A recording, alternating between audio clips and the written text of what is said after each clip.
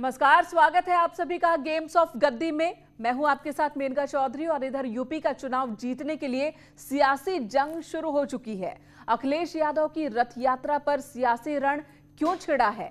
UP के मंत्री का एक बयान आखिर क्यों सियासी बवाल का सबब बन गया? मंत्री को मुनव्वर राणा ने क्या कहा? आपको ये भी बताएंगे कि मामला ममता बनर्जी ने खेला होबे को लेकर क्या नया ऐलान किया है और मामला पश्चिम बंगाल से केंद्र तक कैसे पहुंच रहा है।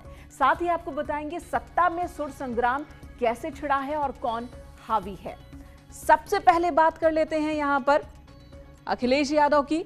उत्तर प्रदेश में चुनाव जीतने का सपना लेकर एक बार फिर रथ पर सवार हो चुके हैं अखिलेश यादव। उन्नाव की धरती से उन्होंने सियासी जंग का आगाज किया। उनके निशाने पर बीजेपी की सरकार है, जबकि बीजेपी ने अखिलेश के हर दांव को पहले से ही फ्लॉप शो करार देकर तंज कसा है।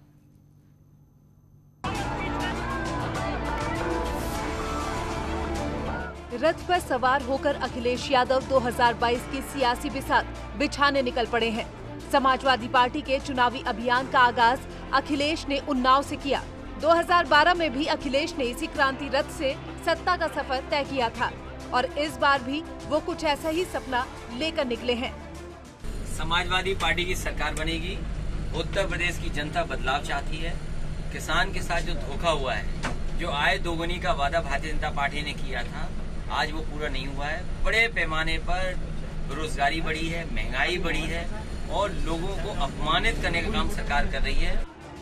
रथ यात्रा के जरिए अखिलेश यादव का संदेश साफ है कि वो किसान, बेरोजगारी, महंगाई जैसे तमाम मुद्दों को लेकर ही जनता के बीच जा रहे हैं और सरकार की नाकामियां गिनाकर कामयाबी का ख्वाब देख रहे हैं। समाजवादी पार्टी के मुद्दों की लिस्ट में कोरोना की दौर का संकट भी है। यही भारतीय जनता पार्टी के लोग कहते हैं कि कोरोना से और ऑक्सीजन के न रहने से किसी की जान नहीं गई। कौन भरोसा करेगा भारतीय जनता पार्टी की बातों? हमने आपने न जाने कितने लोगों की जान जाते देखी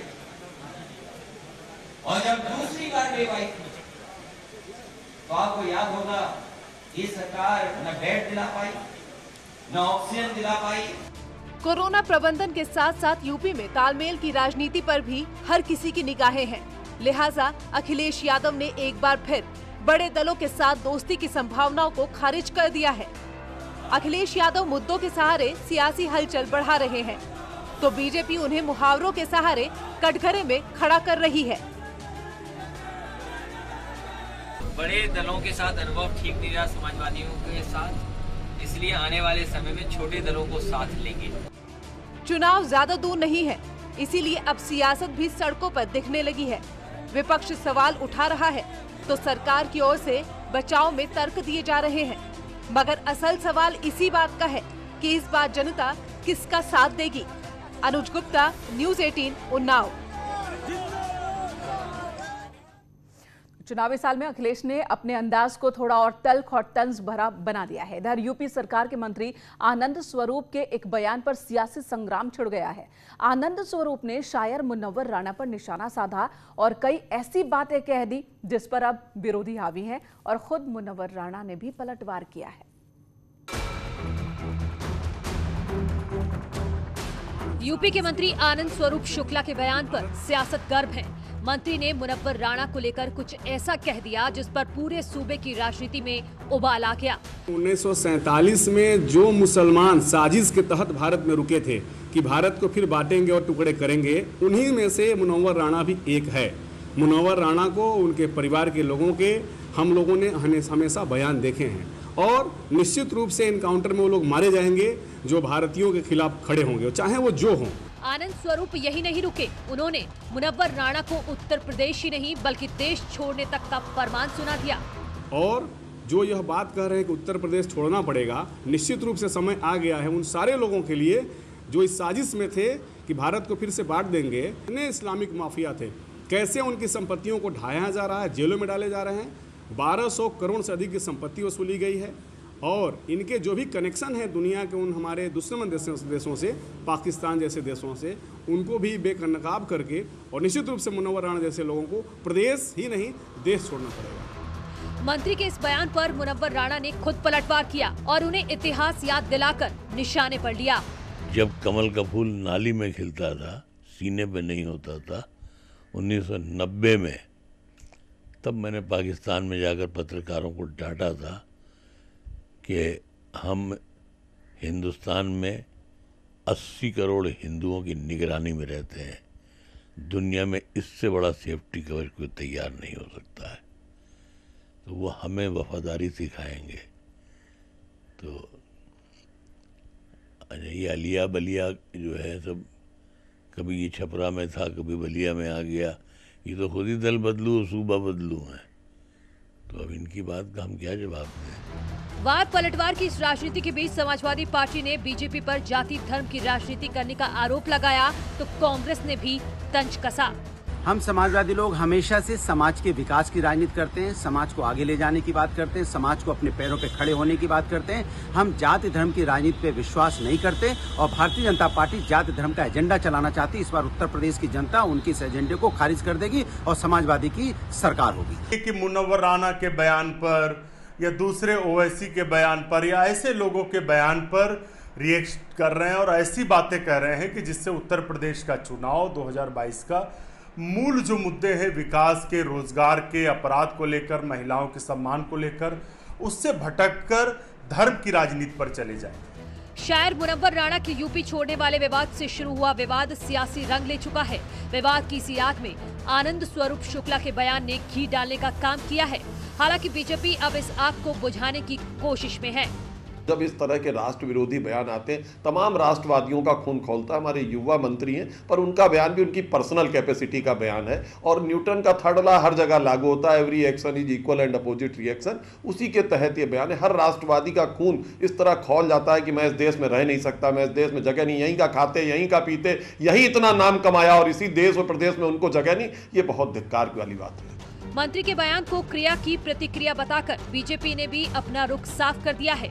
इससे ये तो तय है कि चुनाव में इस मुद्दे पर भी तल्खी देखने को मिलेगी, मगर इसका असर कितना पड़ेगा ये देखना बेहद दिलचस्प होगा। Bureau report, news 18। तो फिलहाल लगता नहीं कि ये जो चर्चा है, ये जो बहस है, ये फिलहाल रुकने वाली है। ये गर्मा गर्मी आगे भी चलती रहेगी। इधर ममता बनर्जी अब देश की सियासत में अपनी ताकत बढ़ाने की कोशिश में है और इसके लिए बंगाल के सीएम ने विपक्ष को एकजुट होने का संदेश दिया है। ममता बनर्जी ने यह भी दावा किया है कि जब तक बीजेपी देश की सत्ता से बाहर नहीं होगी, तब तक हर राज्य हर बूथ पर खेला होता रहेगा। टीएमसी ने उत्तर प्रदेश में भी चुनाव लड़ने की बात कही है।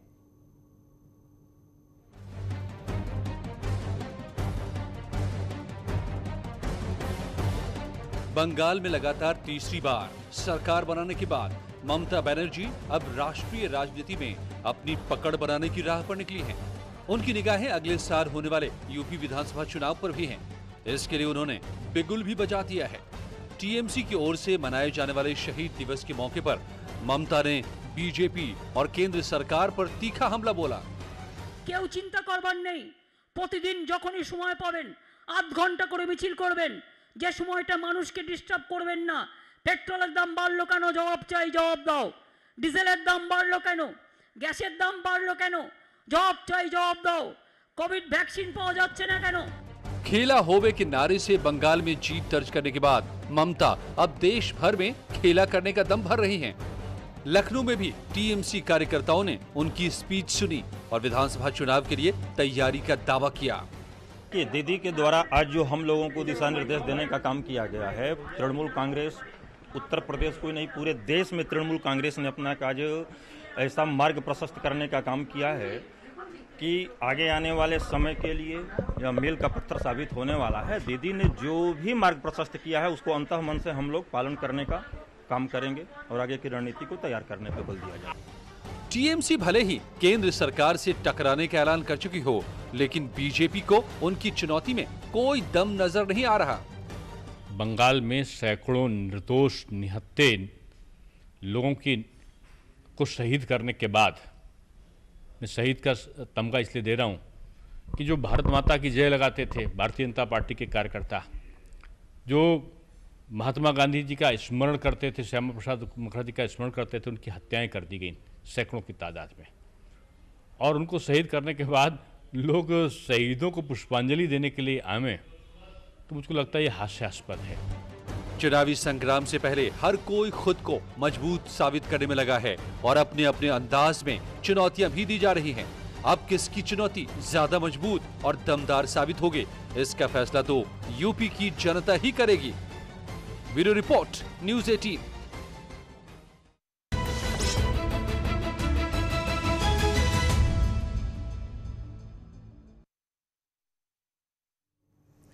योगी बाबा बड़े लड़ैया, गुंडों की छाती चढ़ बोले, ये लाइनें एक गाने की हैं जिसे अल्लाह की धुन पर गाया गया है।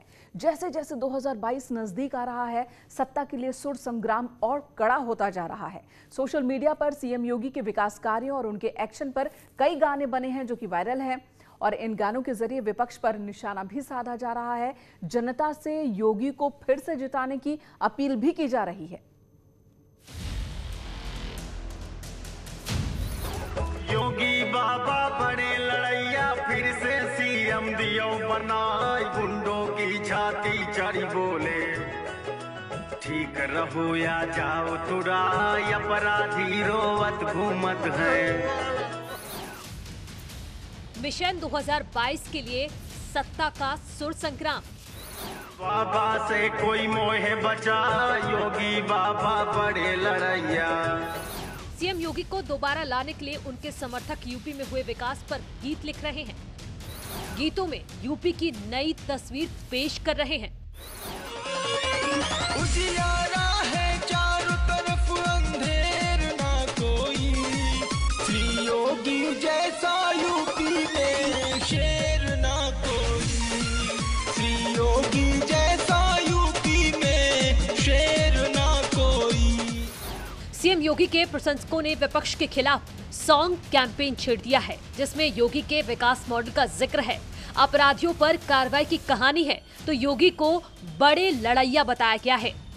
बड़े बड़े मुख्तार माफिया डर के मारे मर ही जाए, अपराधी के घर बुलडोजर, जेल में जाके खुद छिप जाए, योगी बाबा बड़े लड़ैया।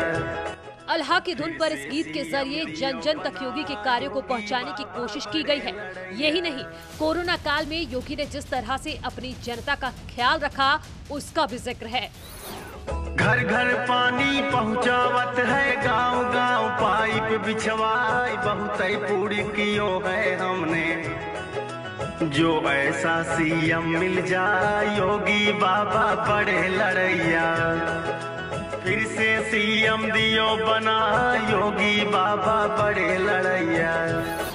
संगीतकार कन्हैया पांडे का भी एक गीत वायरल हो रहा है। उस गाने में जिक्र है कि कैसे सीएम योगी ने प्रदेश का अंधेरा दूर किया और अब यूपी में उनके जैसा कोई नेता नहीं है। ऊंच नीच का भेद नहीं है, सबको गले लगाया है, यूपी को श्री योगी जी ने नंबर 1 बनाया है।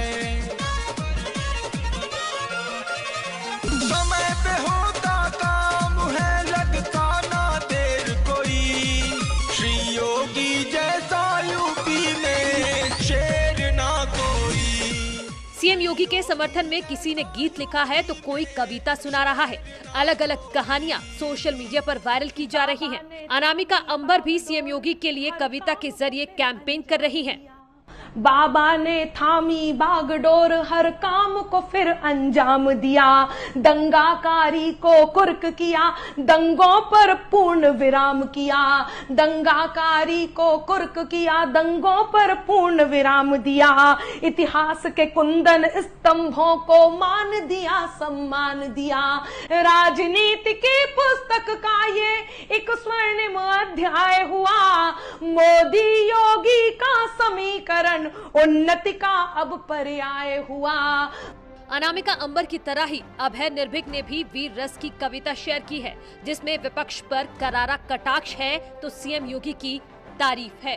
भारत माता के दामन पर घाव बहुत ही गहरे थे, यूपी की छाती पर पाकिस्तानी झंडे फहरे थे, और यहाँ के सारे प्रहरी अंधे गूंगे बहरे थे, किंतु शेर ने बाह मोड़कर अरियों को ललकार दिया। पाकिस्तान परस्तों का है चुन चुन कर उपचार किया। भारत भू को उसका खोया वैभव वापस पाने दो, भारत भू को उसका खोया वैभव वापस पाने दो। एक बार फिर योगी जी को सिंहासन पर आने दो, एक बार फिर योगी जी को सिंहासन पर आने दो। सरकार भी अपनी छवि चमकाने के लिए ऐसे गाने शेयर कर रही है। पहली बार किसी सरकार ने रैप सॉन्ग बनाकर विकास योजनाओं को जन जन तक पहुंचाने की कोशिश की है। यूपी अब नहीं है किसी से कम, अपना यूपी है नंबर 1। दंगाई, गैंगस्टर, महिला अपराध, सब पे लगाई है कस के लगाम। मोदी जी का है मार्गदर्शन, डबल इंजन की सरकार में है दम। सभी गानों में अल्लाह के धुन वाला गीत सबसे पॉपुलर हो रहा है। गुंडों की छाती चढ़ी बोले।